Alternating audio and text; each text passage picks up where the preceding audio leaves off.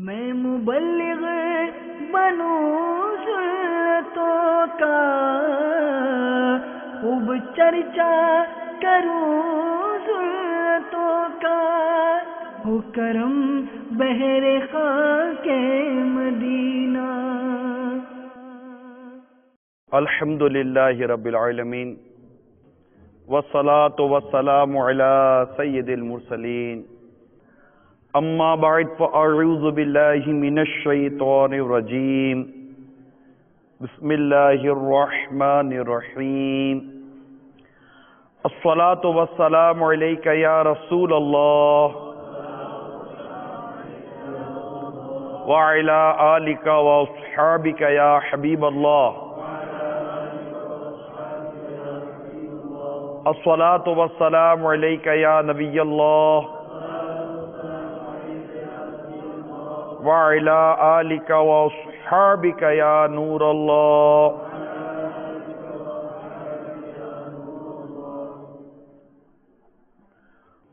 سرکار مدینہ صلی اللہ تعالی علیہ وآلہ وسلم کا فرمان عالی شان ہے، جو کوئی مجھ پر ایک مرتبہ درود پاک پڑھتا ہے اللہ تعالیٰ اس پر 10 رحمتیں نازل فرماتا ہے۔ صلو علی الحبیب صلی اللہ تعالی علیہ وسلم۔ مسلمان کی نیت اس کے عمل سے بہتر ہے، اور اچھی نیت یہ بندے کو، انسان کو جنت میں داخل کروا دیتی ہے۔ تو اللہ کی رضا پانے اور ثواب بڑھانے کے لیے آئیے پہلے کچھ اچھی اچھی نیتیں کر لیتے ہیں۔ نیت یہ کریں کہ میں اللہ کی رضا کے لیے اول تاخیر بیان میں شریک رہوں گا۔ پھر ایک نیت یہ کریں کہ میں موبائل فون کا استعمال نہیں کروں گا۔ میٹھے میٹھے اور پیارے پیارے اسلامی بھائیوں، ہم اللہ عز و جل کے عاجز بندے ہیں، اور سرکار مدینہ صلی اللہ تعالی علیہ وسلم کے ادنا غلام ہیں۔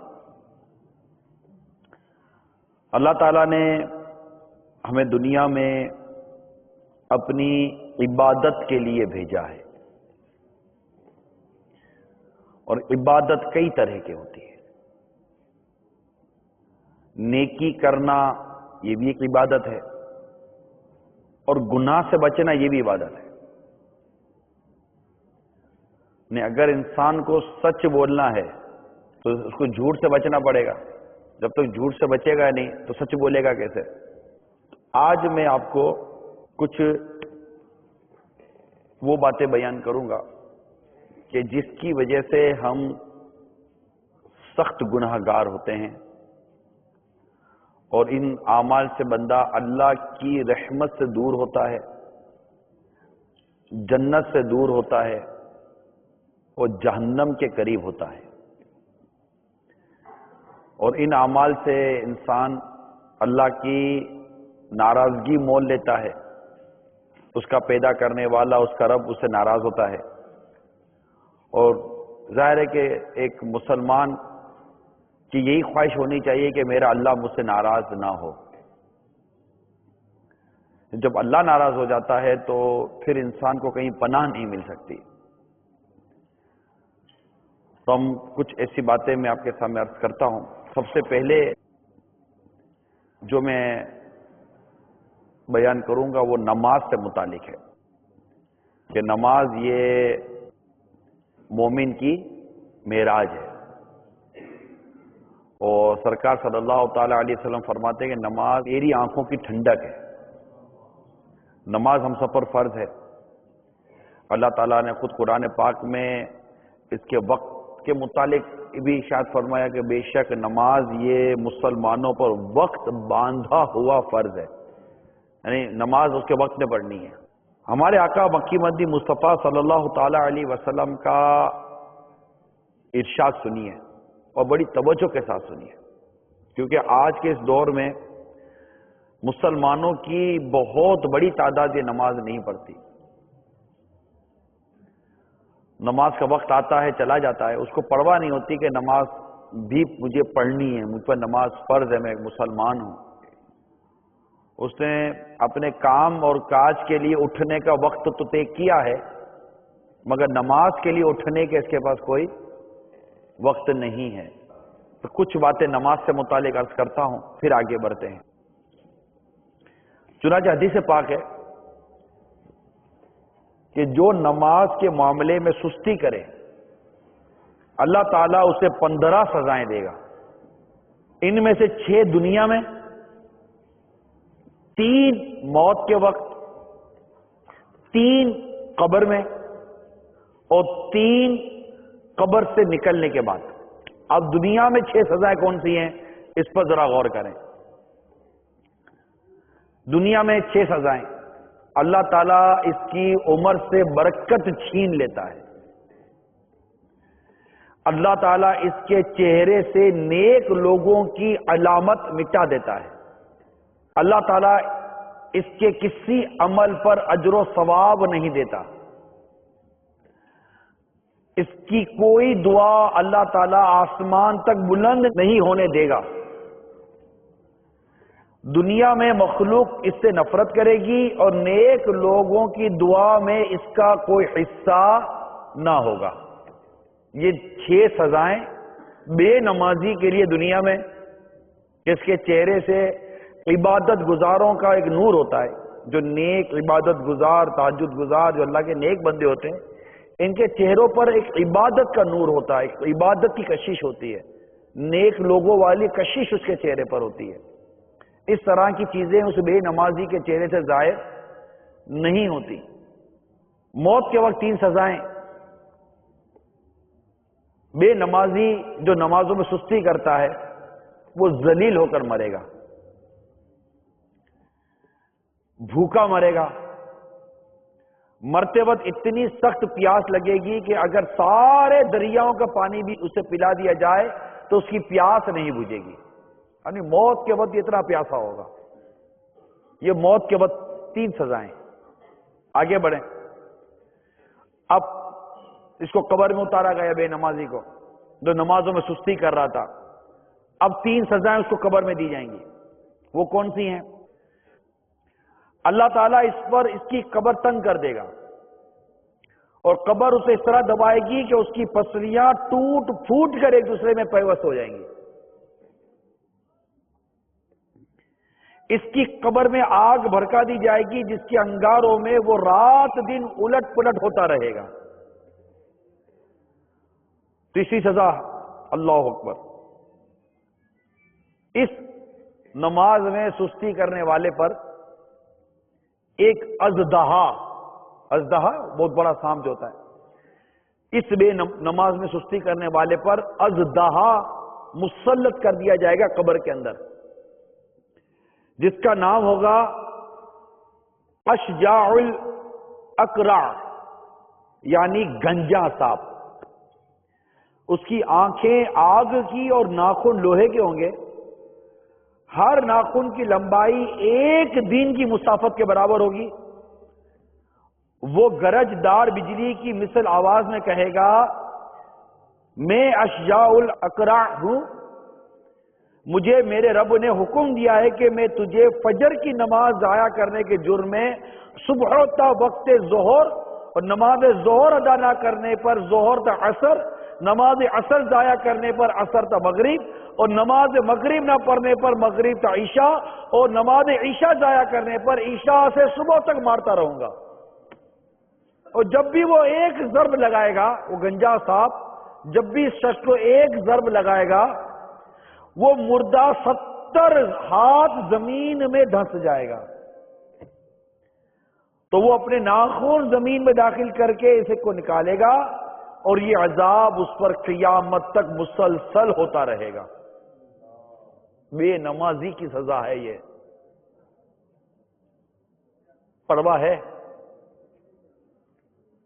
آپ بولو گے اللہ غفور الرحیم ہے، معاف کرے گا۔ اللہ نے تو نماز فرض کی ہے بھائی، اسی نے تو نماز فرض کی ہے، اسی نے تو فرمایا نماز پڑھو، اقیموا الصلاۃ۔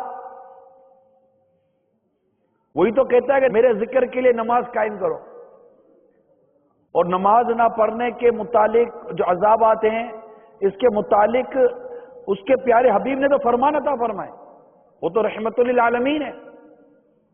انہوں نے بتایا نا کہ یہ نماز نہیں پڑھو گے تو تم کو یہ سزا ملے گی، نماز نہیں پڑھو گے تو یہ سزا ملے گی۔ تو اس پر اپنے آپ کو تسلی دینا کہ میں گناہ پر ڈٹا رہوں، میں گناہ کرتا رہوں گا، اور کوئی سمجھا تو کہیں کہ اللہ غفور الرحیم ہے۔ اللہ غفور الرحیم ہے، وہ بے شک گناہ بخشنے والا ہے، مگر توبہ تو کرو، اس کی طرف آؤ تو صحیح، اس کی طرف رجوع تو لاؤ، اسے معافی تو مانگو، اسے درخواست تو کرو، یا اللہ مجھے معاف کر دے، میں نے غلطی کر لی ہے، میرا گناہ بخش دے۔ اللہ غفور رحیم، اللہ گناہ معاف فرما دے گا۔ ایک بزرگ فرماتے ہیں کہ گناہ پر قائم رہتے ہوئے جنت کی امید رکھنا یہ ایک اور گناہ ہے، کہ جنت تو نیکوکاروں کا راستہ ہے۔ اللہ غفور الرحیم ہے، بے شک وہ بخشنے والا ہے۔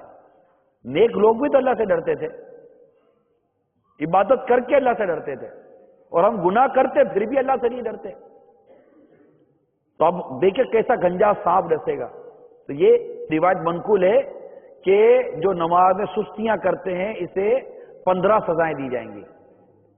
اب قیامت کے دن کی 3 سزائیں یہ ہیں، اللہ تعالیٰ اس پر ایک فرشتہ مسلط کر دے گا جو اس کو منہ کے بل گھسیٹتا ہوا جہنم کی طرف لے جائے گا۔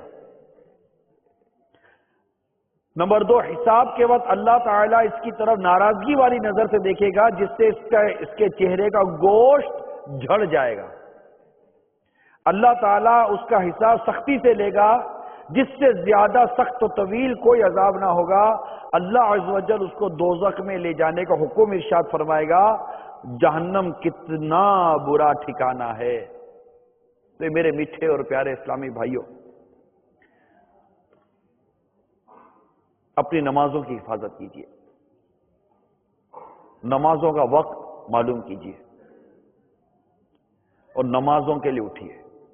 اپنی دکان پر یا نوکری پر یا کاروبار پر جہاں بھی ہیں آپ نماز پڑھیے۔ نماز کا وقت ہو جائے، اب کوئی چیز نہیں یاد آنی چاہیے، صرف نماز۔ حضرت سیدنا فاروق اعظم رضی اللہ تعالیٰ عنہ پر جب حملہ ہوا قاتلانہ، تو آپ زخموں سے چور چور تھے۔ جب ہوش آیا تو سب سے پہلا سوال کیا کیا کہ نماز کا وقت ہے؟ پھر فرمایا کہ نماز کے بغیر آدمی کس کام کا؟ آپ ایمانداری سے بتاؤ یار، ہم نماز نہ پڑھے، ہماری زندگی پر تف ہے کہ ہم کو رب نے پیدا کیا، رب نے فرمایا 5 وقت میری بارگاہ میں حاضر ہو کر تم سجدہ کرو، اور ہم نماز نہ پڑھیں، عبادت نہ کریں، اس کا عطا کیا ہوا فرض ادا نہ کریں، پھر 15 سزائیں آپ کے سامنے۔ کون ہے یہ سزاؤں کو برداشت کر سکتا ہے؟ کیا ذلیل ہو کر مرنا یہ کم سزا ہے؟ کتنی بڑی بڑی سزا ہے۔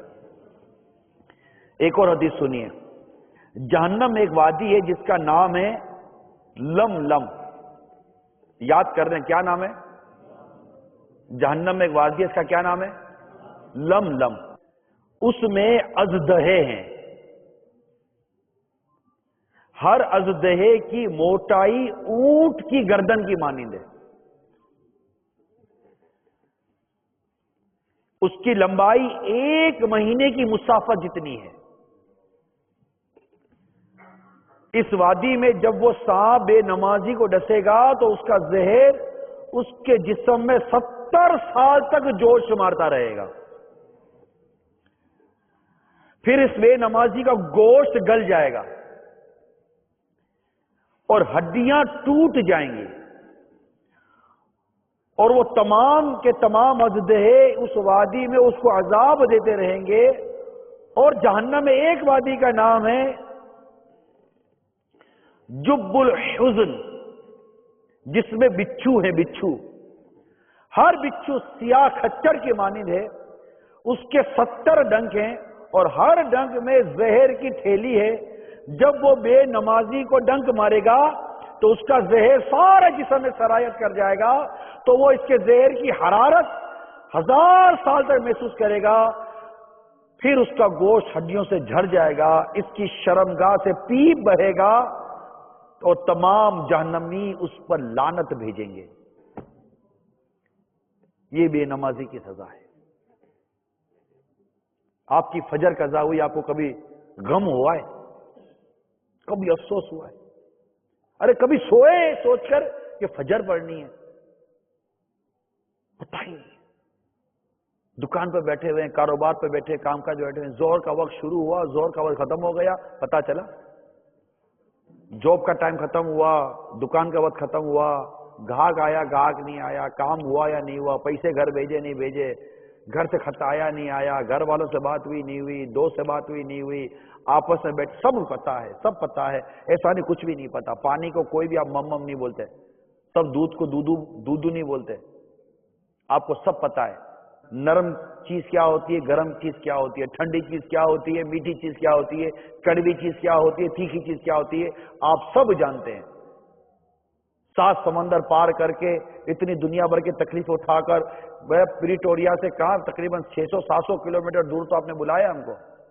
اتنی دور آپ آ کر یہاں پڑے ہوئے ہیں، ویرانے میں پڑے ہوئے ہیں، سب کچھ کر رہے ہیں، اکیلے جا کر کئی کونے میں بیٹھ کر کسی مخصوص جگہ پر دکانیں کھول کر سب کچھ کر رہے ہیں. سب آتا ہے، نہیں آتا تو نماز پڑھنے نہیں آتی.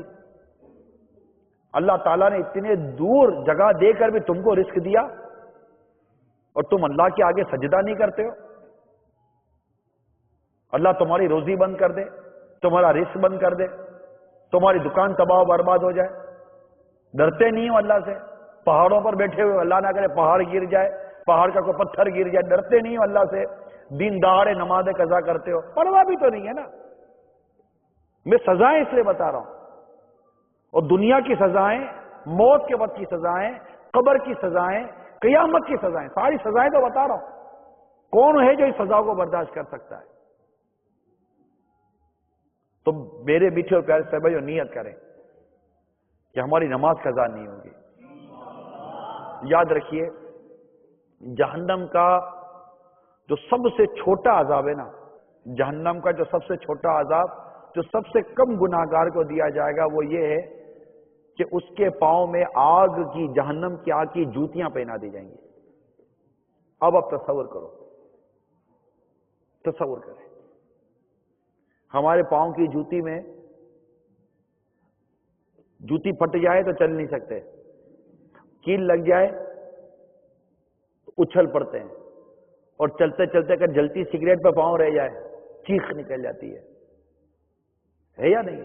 پاؤں رکھا، اگرچہ وہ جلتی سگریٹ پہ پاؤں رکھے، آپ کے پاؤں رکھتے ہی سگریٹ بھی بجھ گئی، ہلکی سی ایک چنگاری لگی تھی، آواز چیخ نکل گئی.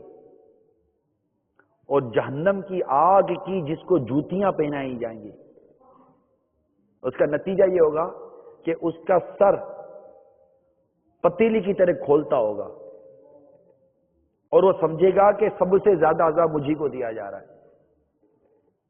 اب بتاؤ کون ہے جو اس عذاب کو برداشت کر سکتا ہے؟ کوئی نہیں، خدا کی قسم کوئی نہیں. ہم غفلت میں، ہم سستی کر رہے ہیں. ہمیں ڈرنا چاہیے. اللہ عافیت دے، اللہ عافیت دے، اللہ ہم کو عافیت دے، مگر ڈرنا چاہیے. میں بھی آپ کے ساتھ اسی چھت کے نیچے بیٹھا ہوں، مگر ڈر ہونا چاہیے دل کے اندر کہ اگر ابھی یہ چھت گرے اور ہم سب دب کے مر جائیں تو؟ نہیں گر سکتی چھت، بارش ہو رہی ہے، ہوائیں چل رہی ہیں، چھت گرے ہم سب گھر سب یہیں دب کے مر جائیں، ختم. اب کیا ہوا؟ میرا اپنا حساب، آپ کا آپ کا حساب ہے، پیسہ دولت مال سب یہیں رہ گیا، سب ختم ہو جائے گا. سمجھتے نہیں ہم لوگ، موت کو یاد نہیں رکھتے، مرنے کے بعد کو یاد نہیں رکھتے، اللہ تعالیٰ کے عذاب سے نہیں ڈرتے، قبر کے عذاب سے نہیں ڈرتے. بے باکی کے ساتھ جو مرضی ہے گناہ کرتے رہیں گے. ہماری مرضی چلے گی؟ ہماری مرضی نہیں چلے گی. ہم مسلمان ہیں، ہم نے اللہ تعالیٰ کا کلمہ پڑھا ہے، اس کے نبی کا کلمہ پڑھا ہے. کلمہ کا مطلب ہی یہ کہ اللہ کی بات ماننی ہے اور اس کے نبی کی بات ماننی ہے. کلمہ کیا پڑھا ہم نے؟ اللہ اور اس کے نبی کی بات مانیں گے. ہم اطاعت و فرما برداری کا کلمہ پڑھا ہے. ہم نے قرآن پر ایمان لائے کہ قرآن کا حکم درست ہے. ہم قرآن کی بات مانتے ہیں، ہم حدیث کی بات مانتے ہیں، ہم اللہ اور اس کے رسول کی بات مانتے ہیں. تو قرآن ڈراتا ہے، حدیث ڈرا رہی ہے اور ہمیں بتا رہی ہے کہ اپنے حال پر رحم کریں ہم لوگ. تو ہم نیت یہ کر لیں پہلے کہ ہماری کوئی نماز قضا نہیں ہوگی، نماز قضا نہیں کرنی. آپ سوچو آپ کی نماز فجر کی قضا ہو گئی، اب اٹھے ہی نہیں، مر گئے، تو کیا نماز قضا کر کے بھی کوئی مرے گا کیا یار؟ توبہ کا موقع ہی نہیں ملا نا. آپ تو بستر پہ پڑے تھے، عشاء بھی نہیں پڑی تھی، سو گئے. فجر نہیں پڑی تھی، کوئی اٹھانے کے لیے آیا، ہلایا، پتا چلا جان نکل گئی ہے. توبہ کا موقع بھی نہیں ملتا بھائی بعض اوقات. ابھی توبہ نہیں کر لیں کہ گناہوں سے توبہ کرنے والا ایسا جیسے اسے گناہ کیا ہی نہیں ہے. سچی توبہ، اور سچی توبہ یہ کہ آئندہ وہ گناہ نہیں کرے گا، یہ سچی توبہ ہوتی ہے. اگر آپ کے دل میں پکی نیت ہے کہ یا اللہ بس آج تک جو تھا وہ تھا، آج کے بعد میں نے نماز قضا نہیں کرنی، مجھے نہ کہیں، اپنے رب کو کہیں. آپ کا رب آپ کے دل کی سنتا ہے، آپ کی نیتوں کو آپ کا رب، میرا رب جانتا ہے نا. دل میں نیت کرے یا اللہ بس جو ہوا سو ہو گیا، جو پچھلی قضا ہوئی اللہ اس کو ادا کروں گا، میں توبہ کرتا ہوں اور آج کے بعد میری کوئی نماز قضا نہیں ہوگی. سچی توبہ کیجئے، اللہ تعالیٰ غفور و رحیم ہے. اللہ تعالیٰ غفور و رحیم ہے، وہ توبہ کرنے والے کی توبہ قبول فرماتا ہے، گناہ معاف فرماتا ہے. مگر توبہ سچی کیا ہوتی ہے؟ آئندہ گناہ نہ کرنے کا پکا ارادہ ہو، اور اللہ جانتا ہے کہ یہ پکا ارادہ کرتا ہے یا نہیں کرتا. اللہ جانتا ہے. مجھے یار کو کسی کو مطمئن کرنے کی ضرورت نہیں ہے. تو انشاءاللہ نماز قضا نہیں کریں گے. ایک دوسرے کو اٹھائیں، ایک دوسرے کو نماز کے لیے مسجد میں لے کے جائیں. جس حال میں بھی ہیں نماز پڑھیں. بستر پر بھی لوگ، بستر پر بھی نماز ہے، ہوش واقعی نماز پڑھنی ہے. پھر نماز سیکھنی بھی تو ہے نا کہ نماز پڑھتے کیسے، پڑھنے بھی تو نہیں آتی بدقسمتی سے. تو نماز سیکھنی بھی ہے، نماز پڑھنی بھی ہے. نماز میں قرآن پڑھتے تو قرآن بھی سیکھنا ہے کہ قرآن کیسے پڑھتے ہیں. ہمیں قرآن بھی صحیح پڑھنے نہیں آتا. ہمارا بنے گا کیا؟ ہم صرف یہاں پیسہ کمانے کے لیے آئیں، بس اسی طرح جی رہے ہیں. اب سوچو یار ہم کیسے جی رہے ہیں. یہی مر جائیں گے ہم. نہ عبادت، نہ نیکی، نہ پرہیزگاری، نہ تلاوت، نہ سچ، نہ نماز، کچھ بھی نہیں ہمارے نامہ اعمال میں. اور الٹا مطلب ایک تو نامہ اعمال میں نیکیاں نہیں ہے، پھر گناہ بھرے ہوئے ہیں. انہی گناہوں میں ایک گناہ شراب پینا بھی ہے. ایک تعداد ہے مسلمانوں کی جو بدقسمتی سے شراب پیتی ہے. یہاں شراب عام مل جاتی ہے، مسئلہ ہی نہیں ہے. سوچو تم مسلمان ہو، تم غیر مسلم تھوڑی ہو. شراب حرام اور جہنم میں لے جانے والا کام ہے. روایت میں شرابی قیامت کے روز اس حال میں آئے گا کہ اس کا جو چہرہ ہے نا وہ کالا ہوگا. شرابی کس حال میں آئے گا کہ اس کا چہرہ کالا ہوگا، نیلی آنکھیں اور زبان سینے پر لٹکی ہوگی، اور اس کا لعاب یعنی تھوک خون کی طرح بہتا ہوگا. قیامت کے روز لوگ اس کو پہچانتے ہوں گے. بس تم اس، اب حدیث سنیے، تم اس کو سلام نہ کرو. کس کو؟ تم اس کو سلام نہ کرو. وہ اگر بیمار ہو جائے تو اس کی عیادت نہ کرو، اور جب مر جائے تو اس کی نماز جنازہ نہ پڑھو. آپ کو لگے گا کہ کیا یہ معاذاللہ کیا یہ شرابی مسلمان نہ رہا؟ یہاں یہ اس شرابی کے لیے بیان ہے جو شراب کو حلال جان کر پیے گا. یہ شراب تو حرام ہے نا. اب جو اس کو حلال جانے گا تو ویسے اس کا ایمان برباد ہو گیا کہ اس نے حرام کو حلال جانا. بات سمجھ گئے باپ؟ ورنہ یوں اگر کوئی شرابی ہے تو اس کے لیے یہ احکام نہیں ہے کہ شراب کی عادت ہے، شراب کو حلال نہیں جانتا، شراب کو حرام ہی جانتا ہے. نشہ چڑھ گیا، عادت پڑ گئی ہے، گندی لت پڑ گئی ہے، نہیں چھوٹتی، کیا کرے، مر گیا. یہ شراب پی پی کے ختم ہو گیا، یہ اس کے جسم تباہ برباد ہو گیا. یہ قبر و آخرت داؤ پہ لگا کر بیٹھا ہوا ہے، مگر مسلمان ہے. جبکہ وہ شراب کو حلال نہیں جانتا تو اس کے لیے یہ نماز اور جماع جنازہ اور سلام وغیرہ اس کے لیے نہیں ہے. ہاں مگر اگر وہ شراب کو حلال جان کر پیتا ہے، حلال جانتا ہے، تو اس کا ایمان ہی برباد ہو گیا، اس کا ایمان ہی نہ رہا. حضرت سیدتنا اسماء بنت زینب فرماتی ہیں کہ سرکار صلی اللہ تعالی علیہ وسلم نے فرمایا، جس شخص کے پیٹ میں شراب گئی تو اللہ تعالیٰ اس کی کوئی نیکی قبول نہیں فرمائے گا. اور اگر وہ شراب 40 دن تک اس کے پیٹ میں رکی رہی اور بغیر توبہ کیے 40 دن سے پہلے مر گیا اور شراب کو حلال سمجھ کر مرا ہے تو پھر کفر پہ مرے گا، اور اگر توبہ کرے گا تو اللہ تعالیٰ اس کی توبہ قبول فرمائے گا۔ پھر اگر دوبارہ شراب پیے تو اللہ تعالیٰ ضرور اس کو طینۃ الخبال سے پلائے گا۔ طینۃ الخبال کیا ہے؟ صحابہ کرام نے عرض کی، ارشاد فرمایا یہ جہنمیوں کے زخموں کا نچوڑ خون اور پیپ ہے، یعنی ایسے شخص کو قیامت کے روز جہنمیوں کا جو خون کا جو نچوڑ اور پیپ ہوگا نا وہ پلایا جائے گا شرابی کو۔ یہاں تو مزے لے لے کے پیتے ہیں، قیامت کا یہ عالم ہوگا۔ ایک اور روایت سنیے، جب کوئی 4 مرتبہ شراب پی لے تو اللہ تعالیٰ اس سے ناراض ہو جاتا ہے اور اس کا نام جہنم کے سب سے نچلے درجے میں لکھ دیتا ہے، اور پھر نہ اس کی نماز قبول فرماتا ہے، نہ روزہ اور نہ ہی صدقہ، مگر یہ کہ وہ توبہ کر لے، ورنہ اس کا ٹھکانہ جہنم ہے، اور جہنم کیا ہی برا ٹھکانہ ہے۔ تو شراب کی بھی جو یہاں نحوست ہے، جو میری معلومات ہے، وہ کم نہیں ہے، اور یہ پویا کو دیکھنے والا پوچھنے والا خاندان والا تو ہوتا نہیں ہے، نوجوان لڑکے ورکے سب یہاں رہ رہے ہوتے ہیں، تو گانے بھی چل رہے ہیں، فلمیں بھی چل رہی ہیں، نمازوں کی پرواہ نہیں ہے، شرابیں پی رہے ہیں، سب ہوتا ہوگا، یہ سب آپ جانتے ہیں، جو کرتا ہوگا یہ بھی آپ جانتے ہیں، ان میں ہے یا نہیں ہے یہ میں نہیں جانتا، مگر ایسا ہمارے معاشرے میں ہے، اور اگر اس طرح ہی مر گئے نا تو مر جائیں گے۔ اس لیے شراب سے بھی سچی توبہ کر لیں اگر کوئی شرابی ہے تو، اور یہ نیت کریں انشاءاللہ کبھی شراب ہمارے ہونٹوں تک کیا، ہمارے اس کی بدبو تک ہم نہیں سوکھیں گے۔ اتنی گندی چیز ہوتی ہے شراب، اتنی گندی عادت ہے شراب، اللہ کی پناہ، اللہ کی پناہ۔ یعنی یہ شراب کو یوں سمجھیے آپ کہ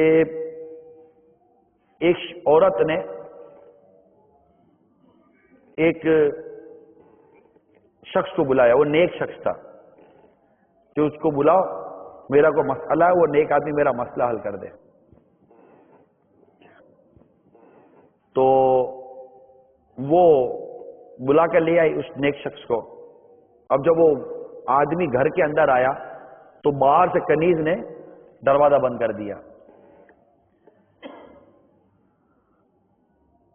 اب وہ عورت کہنے لگی، اس سے بولا ٹھیک بولو، تو بولا میرے تجھ سے کام نہیں ہے مگر یہ کہ تو میرے ساتھ بدفعلی کر۔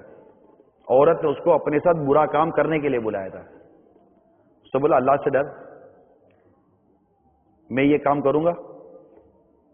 وہ جانے لگا تو اس عورت نے کہا کہ اگر تو بغیر میرے ساتھ بدفعلی کیے، بدکاری کیے چلا جائے گا تو میں چلاؤں گی کہ تو اندر میں میرے ساتھ بدکاری کرنے آیا تھا، اور تیری عزت داؤ پہ لگا دوں گی۔ اس نے کہا میں ایسا نہیں کرتا۔ کہا اچھا ٹھیک ہے، تو یہ چھوٹا بچہ اس کو قتل کر دے۔ بولا میں قتل کروں گا، پاگل ہو گئی ہے؟ اچھا قتل نہیں کرتا تو پھر یہ شراب کا پیالہ پی لے، کوئی ایک کام تو تجھے کرنا پڑے گا۔ اس نے کہا یار میں بدکاری کیسے کروں، کسی کے ساتھ میں بدکاری کیسے کروں، زنا کروں میں قتل کروں؟ اب اس نے اپنی جان بچانے کے لیے کیا کیا، وہ شراب کا ایک پیالہ اٹھایا، پی لیا۔ جب شراب کا پیالہ پیا تو اس کو چڑھا نشہ، جب نشہ چڑھا تو اس نے لڑکے کا قتل بھی کیا اور اس عورت کے ساتھ بدکاری بھی کی۔ اس لیے کہتے ہیں شراب برائیوں کی ماں ہے، شراب یہ برائیوں کی ماں ہے۔ ایک شراب پی کر اسے وہ تینوں پھر غلط کر لیے، یہ شراب ہے۔ پھر شرابی بدکاری کی طرف بھی چلا جاتا ہے، شرابی جوا کی طرف بھی چلا جاتا ہے، اور بدکاری یعنی زنا اتنا سخت گناہ ہے کہ روایت میں آتا ہے کہ بدکاری سے بچو کیونکہ اس میں 6 نقصانات ہیں، 3 دنیا اور 3 آخرت میں۔ بدکار مرد اور عورت کے چہرے کی خوبصورتی ختم ہو جاتی ہے، اسے محتاج اور فقیر بنا دیا جاتا ہے، اور اس کی عمر گھٹا دی جاتی ہے جو بدکاری کرتا ہے۔ بدکار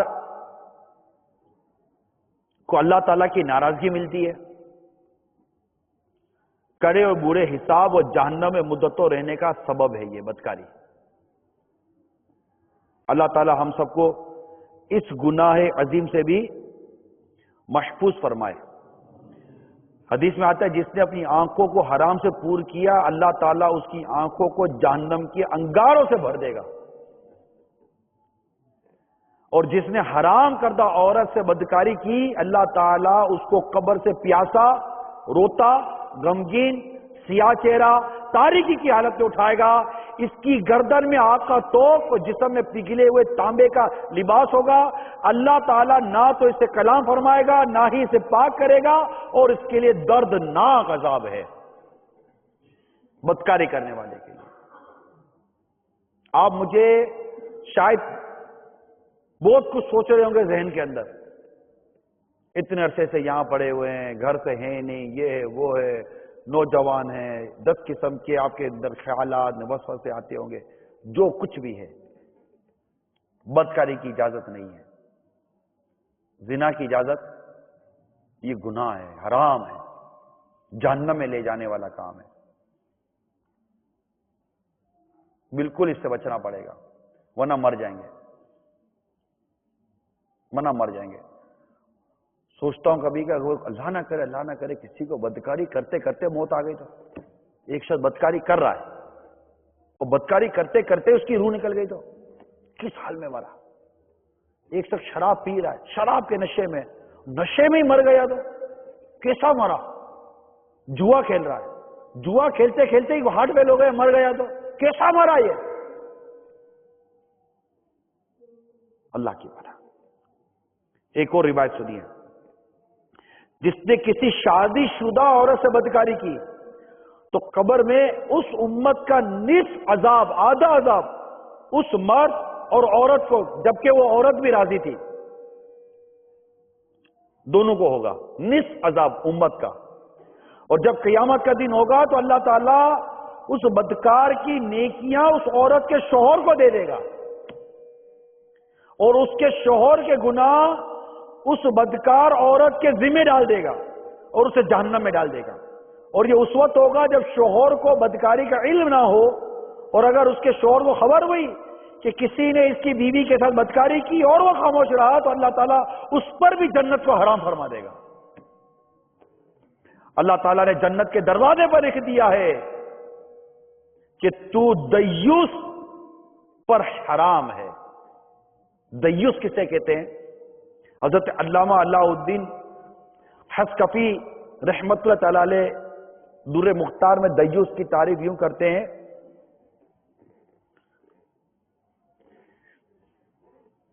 وہ شخص ہوتا ہے دیوس جو اپنی بیوی یا کسی محرم پر غیرت نہ کھائے، یعنی جس کی بیوی، ماں، بہن یہ بے حیائیاں کریں، بے پردگی کریں اور اس کو غیرت بھی نہ آئے اور روکے بھی نہیں، ایسا شخص دیوس ہے۔ بیوی کو جو بے پردگی اور بے حیائی کروائے، اپنی ماں اور بہن کو ان کو نہ روکے بے حیائی اور بے پردگی سے، برائی سے، ان چیزوں سے، ایسے شخص کو حدیث میں کیا کہا؟ دیوس۔ اصل میں دیوس کا مطلب یہ ہوتا ہے بے غیرت۔ دیوس کا مطلب کیا ہوتا ہے؟ بے غیرت ہوتا ہے کہ وہ غیرت نہیں کھاتا، تو اس کی ماں کو سمجھاتا نہیں ہے، ماں سے لڑے گا نہیں، سمجھائے گا پیار سے، بہن کو بھی سمجھانے کی کوشش کرے گا، بیوی پر سختی کرے گا جتنی کر سکتا ہے، اور یہ جو کچھ بھی حیائیاں ہو رہی ہیں اگر وہ اس پر خوش ہے، روکتا بھی نہیں ہے، تو ایسا شخص کیا ہو گیا؟ دیوس، اور دیوس پر جنت حرام ہے، یہ یاد رکھیے گا۔ صلو علی الحبیب صلی اللہ تعالی علی محمد۔ بعض آسمانی صحیفوں میں ہے کہ زانی لوگ قیامت کے دن اس حال میں اٹھائے جائیں گے کہ ان کی شرمگاہوں پر آگ دیکھتی ہوگی، ان کے ہاتھ ان کی گردنوں کے ساتھ بندھے ہوں گے، عذاب کے فرشتے ان کو گھسیٹتے ہوئے صدا لگائیں گے، اے لوگو یہ بدکار ہیں۔ فرشتے آواز لگا رہے ہوں گے، اے لوگو یہ بدکار ہیں جن کی ہاتھ گردنوں کے ساتھ بندھے ہوئے ہیں اور جو اپنی شرمگاہوں میں آگ لیے ہوئے ہیں، پھر ان کی شرمگاہوں کو وسیع کر دیا جائے گا، پھیلا دیا جائے گا، جس سے ان کی شرمگاہوں سے نہایت سخت بدبودار آگ کی بھاپ نکلے گی۔ عذاب کے فرشتے کہیں گے یہ ان بدکاروں کی شرمگاہوں کی بدبو ہے جنہوں نے بدکاری کرنے کے بعد توبہ نہیں کی تھی، تم سب ان پر لعنت کرو کہ اللہ تعالیٰ کی ان پر لعنت ہو۔ اس وقت ہر نیک و بد ان پر لعنت کرتے ہوئے کہے گا یا اللہ تو ان بدکاروں پر لعنت فرما۔ اللہ مان والا تھی۔ ایک اور روایت سنیے، شب معراج سرکار صلی اللہ تعالی علیہ وسلم فرماتے شب معراج میں نے کچھ مردوں اور عورتوں کو دیکھا کہ سانپوں اور بچھوؤں کے ساتھ قید ہیں اور وہ ان کو ڈس رہے ہیں۔ ہر کسی کی شرمگاہ کو سانپوں اور بچھوؤں کے درمیان گھسیٹا جا رہا ہے، بچھو اپنے ڈنکوں سے انہیں ذلیل کر رہے ہیں اور ہر ڈنک میں زہر کی ایک تھیلی ہے، وہ جسے بھی کاٹتے اس کے جسم میں زہریلی تھیلی انڈیل دیتے اور ان کی شرمگاہوں سے پیپ بیتا ہے جس کی بدبو سے جہنمی چیختے چلاتے ہیں اور وہ اپنے بالوں سے لٹکائے گئے ہیں۔ میں نے جبریل علیہ السلام سے دریافت کیا اے جبریل یہ کون لوگ ہیں؟ جبریل امین علیہ السلام نے عرض کی یہ زانی مرد اور زانی عورتیں ہیں، ایسا سخت عذاب دیا جائے گا ان کو۔ اللہ مان والا تھی۔ تو اے نمازیں قضا کرنے والوں، اے شراب پینے والوں، اے بدکاری کرنے والوں، ذرا سوچو یہ عذاب کیسے برداشت ہوگا، کیسے برداشت ہوگا یہ عذاب؟ توبہ کر لیجیے۔ صلو علی الحبیب صلی اللہ تعالی علی محمد۔ میں مبلغ بنوں سنتوں کا، خوب چرچا کروں سنتوں کا، ہو کرم بہر خاک مدینہ۔